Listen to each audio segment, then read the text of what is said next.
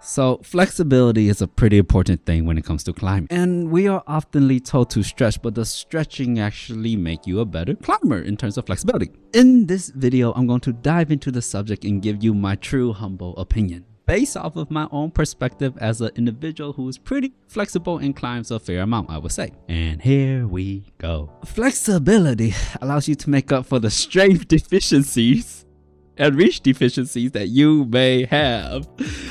It allows you to expand your box as well as compress your box to fit the problem. It gives you more options of movement. In other words, more flexibility of movement.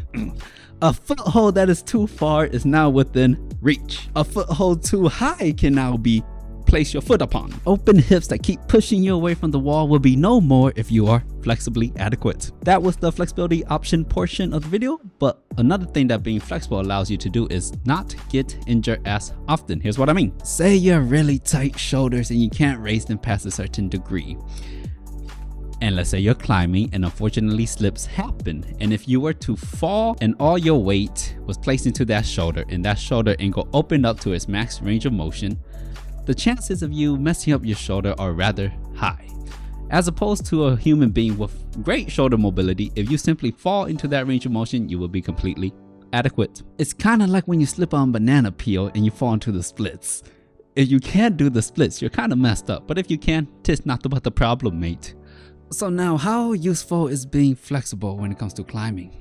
I can tell you that technique and finger strength are still vastly more superior than flexibility. However, flexibility is about 5 to 10% important when it comes to climbing. Now, while 5 to 10% may not sound like a lot, it may very well be the difference between you sending your problem or you just being there frustrated because you can't lift your leg high enough. And the great thing about flexibility is you don't really need to continue improving upon it because you can only get so far with flexibility before you're at your max range of motion or the necessary flexibility that you will need for basically the rest of your climbing career.